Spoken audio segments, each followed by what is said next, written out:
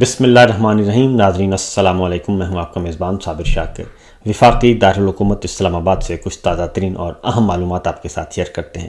پاکستان کے حالات و واقعات، سیاسی صورتحال پر ایک نظر. اس وقت گھمسان کا رن پڑا ہوا ہے. لڑائی بہت زیادہ شدت کے ساتھ ہو رہی ہے اور گن پوائنٹ پر مذاکرات کرنے کی کوشش کی جا رہی ہے. گن پوائنٹ پر کہا جا رہا ہے کہ مجھے بادشاہ تسلیم کر لیا جائے اور میری بادشاہت کو قبول کر لیا جائے. میں ہی قانون ہوں، میں ہی دستور ہوں، میں ہی جمہوریت ہوں اور میں ہی انسانی حقوق ہوں. میں جو کہوں گا وہی قانون ہوگا، میں جو کروں گا وہی دستور ہوگا اور مجھے ریاست تسلیم کر لیا جائے. یہ ایک بہت بڑا مطالبہ پاکستان کے 25 کروڑ عوام سے اور پاکستان کے پورے نظام سے اور تمام اداروں سے یہ مطالبہ کیا جا رہا ہے.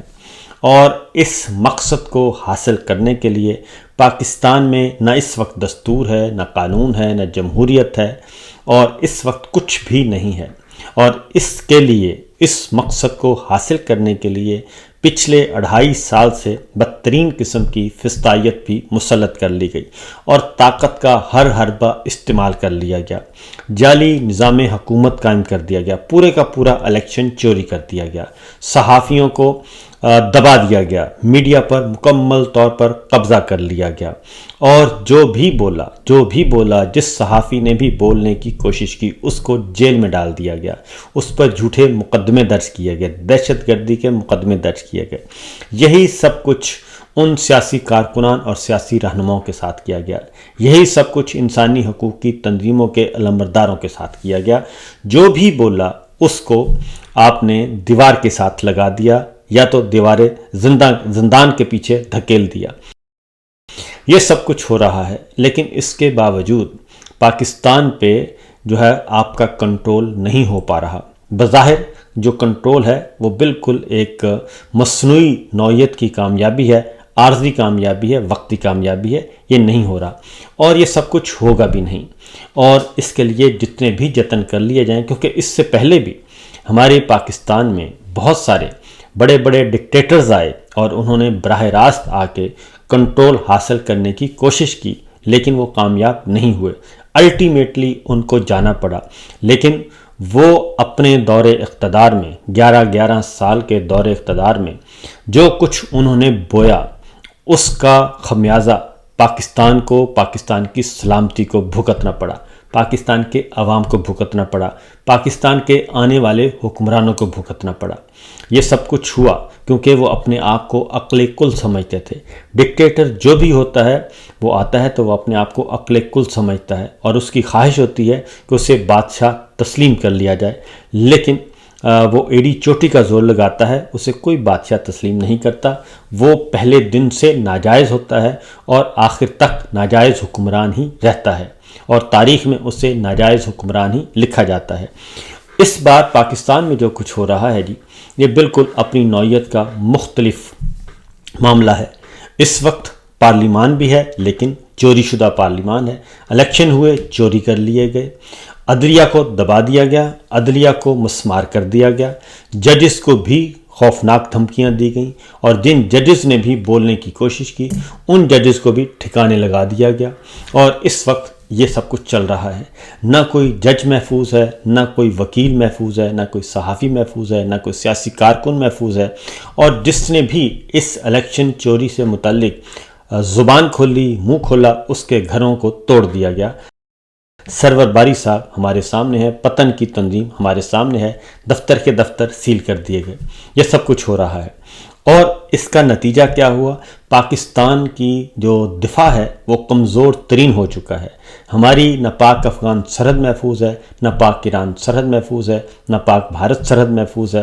اور دہشت گردی جس کے بارے میں ہم نے ایک طویل جدوجہد کر کے اور عظیم قربانیاں دے کے ہمارے ہر طرح پاکستان کے تمام طبقوں نے قربانیاں دی.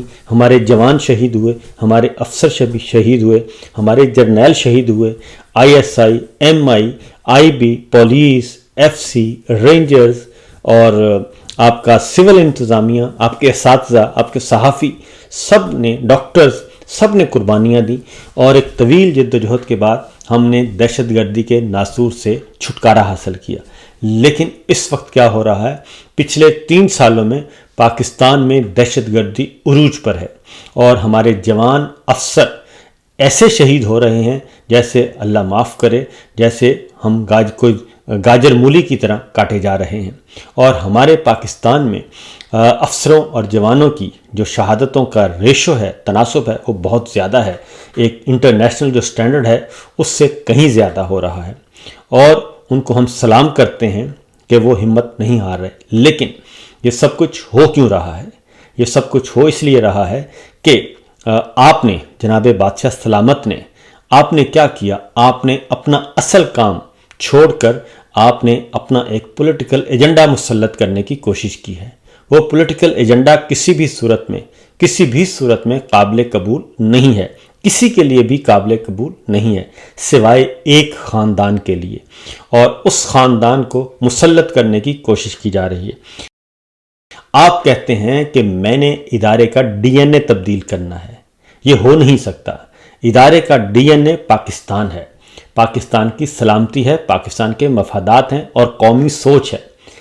یہ ادارے کا ڈی این اے کسی خاندان کی غلامی قبول نہیں کرے گا۔ ادارے کا ڈی این اے یہ ہو نہیں سکتا۔ اس کے لیے آپ جتنا بھی جتن کر لیں کامیاب نہیں ہوں گے، ممکن نہیں ہے۔ لیکن آپ بضد ہیں کہ آپ نے یہ کرنا ہے۔ ایک عالم دین نے جو کہ غیر سیاسی تھے، ان سے آپ کی ملاقات ہوئی، آپ کو انہوں نے ایک نصیحت کی، آپ نے اپنے عزائم بتائے۔ انہوں نے کہا کہ آپ نے جو کچھ بھی کرنا ہے سیاسی فہم و فراست سے کر لیں، اور سیاست کو سیاسی انداز میں چلائیں، لیکن کسی بھی صورت میں ظلم و ستم نہ کرنا، کیونکہ ظلم و ستم اللہ کو پسند نہیں ہے۔ لیکن آپ نے ان کی یہ نصیحت نہیں سنی، ان کی اس نصیحت پہ عمل نہیں کیا، اور پھر وہی کچھ کیا۔ انہوں نے منع کیا تھا آپ کو کہ آپ کوئی ظالمانہ اقدام نہیں کریں گے، آپ اپنی رعایا پر، آپ اپنی عوام پر ظلم نہیں کریں گے، ایسا مت کرنا، کیونکہ ظلم کا نظام نہیں چل سکتا، کفر کا نظام چل سکتا ہے۔ آپ نے اس عالم دین کی، اس غیر سیاسی عالم دین کی بات نہیں مانی، تو یہ سب کچھ ہو رہا ہے، اور آج کا جو نتیجہ ہے وہ ہمارے سامنے ہے۔ تو ادارے کا ڈی این اے اس طرح تبدیل نہیں ہوگا۔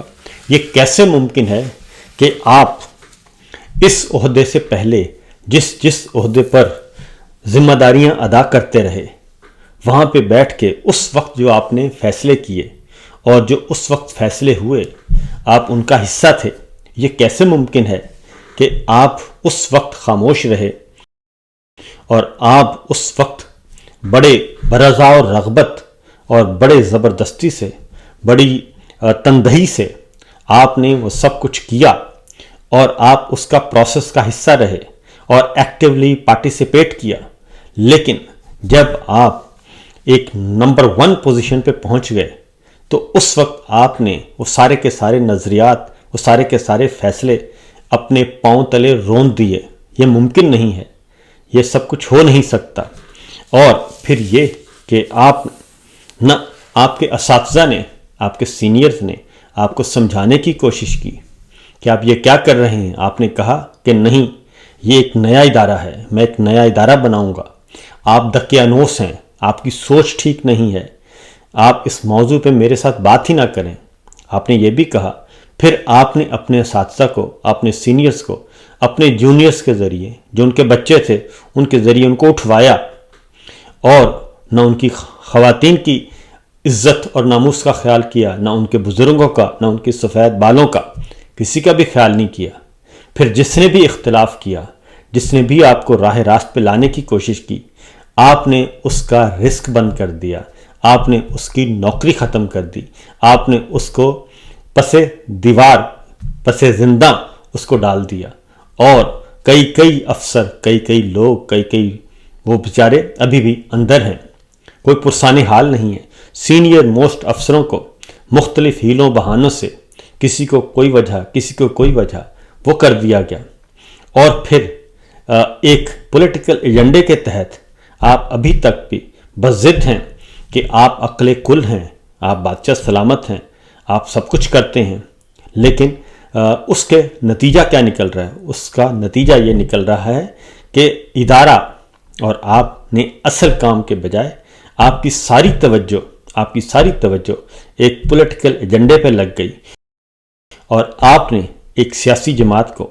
ختم کرنے کے لیے اس کے سیاسی کارکنان کو دشمن سمجھا۔ پاکستان کا وہ دشمن نہیں ہے، آپ نے ان کے لیے آواز اٹھانے والوں کو پاکستان کا دشمن تصور کر لیا، دشمن ڈکلیئر کر دیا۔ وہ دشمن نہیں ہے، آپ نے ان کو غدار کہا، آپ نے ان کو دہشت گرد کہا، آپ نے ان پر جھوٹے بے بنیاد مقدمات درج کروائے۔ وہ ایسے نہیں ہیں، ان میں سے کوئی بھی پاکستان کے خلاف نہیں ہے، لیکن ایک خاص سوچ کے ذریعے، ایک خاص اسٹریٹجی کے ذریعے آپ نے اس سارے کے سارے ایک بہت بڑے پاکستان کے بڑے عوام کو، بہت بڑی تعداد ہے، اس پوری کی پوری تمام کی تمام 70% پاکستان کی آبادی کو آپ نے دہشت گرد ڈکلیئر کیا ہوا ہے، غدار کہتے ہیں، اور آپ نے اس کا مخصوص نام رکھا ہوا ہے۔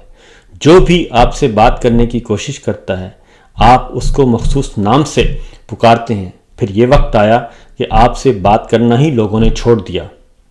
یہ سب کچھ ہو رہا ہے۔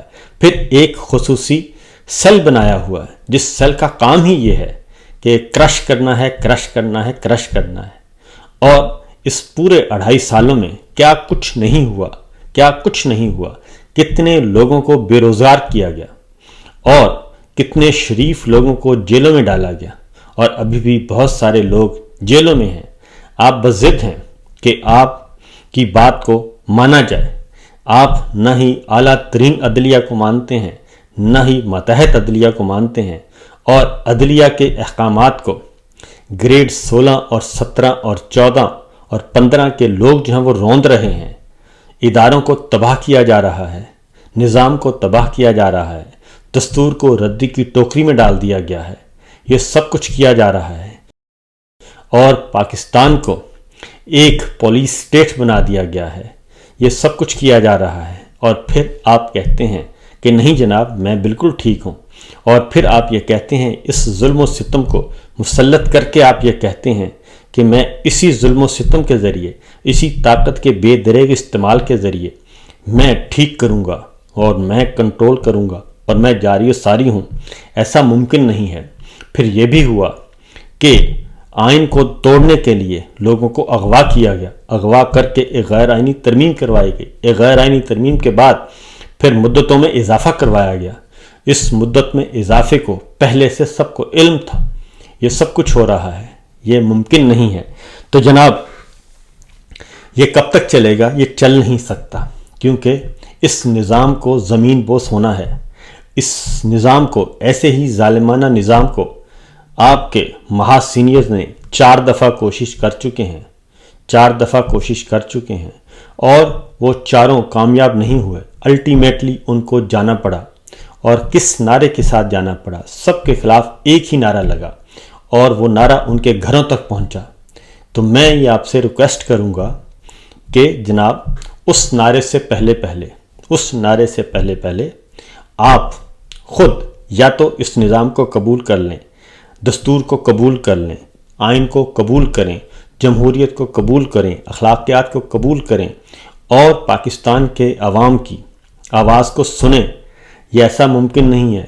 دین اسلام بھی یہی کہتا ہے، امرہم شورا بینہم۔ وہ یہ کہتا ہے، وہ بادشاہت کے خلاف ہے، شاہی نظام کے خلاف ہے۔ تو اس لیے یا تو آپ آئین، قانون، جمہوریت اس کو تسلیم کریں۔ اگر آپ یہ تسلیم نہیں کر سکتے تو پھر آپ کو استعفیٰ دے دینا چاہیے، کیونکہ اس کے علاوہ اور کوئی حل نہیں ہے، اور یہ ممکن نہیں ہے کہ آپ یہ کریں۔ اس کی وجہ یہ ہے کہ آپ اخلاقی طور پہ کمزور ترین پوزیشن پہ ہیں۔ آپ اس سال کے بعد، نومبر کے بعد، آپ مزید کمزور ترین پوزیشن پہ چلے جائیں گے۔ اس لیے آپ تگڑے فیصلے نہیں کر سکتے، آپ بیرونی دباؤ برداشت نہیں کر سکتے، کیونکہ آپ اپنی ذات سے نکل کر سوچ ہی نہیں رہے۔ آپ کی ہر بات آپ کی ذات سے شروع ہوتی ہے، آپ کی ذات پہ ختم ہوتی ہے، اور آپ کے ساتھ ہارے ہوئے لوگ ہیں، اور ہارے ہوئے لوگ آپ کے مرہون منت ہیں۔ اس لیے وہ بھی آپ کو صحیح بات نہیں بتائیں گے، اور میں مزید بہت ساری باتیں ہیں جو کہ کی جا سکتی ہیں، لیکن وہ میں باتیں کرنا نہیں چاہتا۔ پبلکلی کریں گے تو اس سے نقصان ہوگا اور اپنا ہی پیٹ ننگا ہوگا، کیونکہ بہت کچھ ہو رہا ہے اور یہ ممکن نہیں ہے کہ آپ کہتے ہیں آپ دین کے دعوے دار ہیں اور بہت زیادہ آپ قرآنی آیات کا حوالہ دیتے ہیں، لیکن یہ کیسے ممکن ہے کہ ایک خبر پوری دنیا کو گالم گلوچ ملے، سب کو ملے، اور سرکاری دانشوروں کے ذریعے جھوٹے آرٹیکلز لکھوائے جائیں، جھوٹی خبریں پھیلائی جائیں، سب کچھ کیا جائے، لیکن آپ کے بارے میں کوئی خبر چھپے تو پورے ملک میں تباہی اور بربادی ہو جائے؟ یہ ممکن نہیں ہے۔ اس لیے جناب والا ہماری یہ ریکویسٹ ہے کہ پاکستان کا سوچیں، پاکستان کی بھلائی اسی میں ہے۔ قائد اعظم محمد علی جناح نے پاکستان ایک جمہوری جد و جہد کے ذریعے بنایا تھا، اور جمہوری جد و جہد اور جمہوریت کی بنیاد پہ ہی اس نے قائم رہنا ہے۔ تو خدا کے لیے اور کسی کی نہیں، اس عالم دین کی بات ہی مان لیں جنہوں نے آپ کو ایک مشورہ دیا تھا۔ تو بہتر ہوگا کہ جناب اس نظام کو، پاکستان کو 1973 کا دستور ہے اس کے اکارڈنگلی چلنے دیا جائے، اور جو اس وقت جعلی نظام مسلط ہے اس کو ختم کر دیا جائے۔ فی الوقت اتنا ہی، اجازت دیجیے، اللہ حافظ۔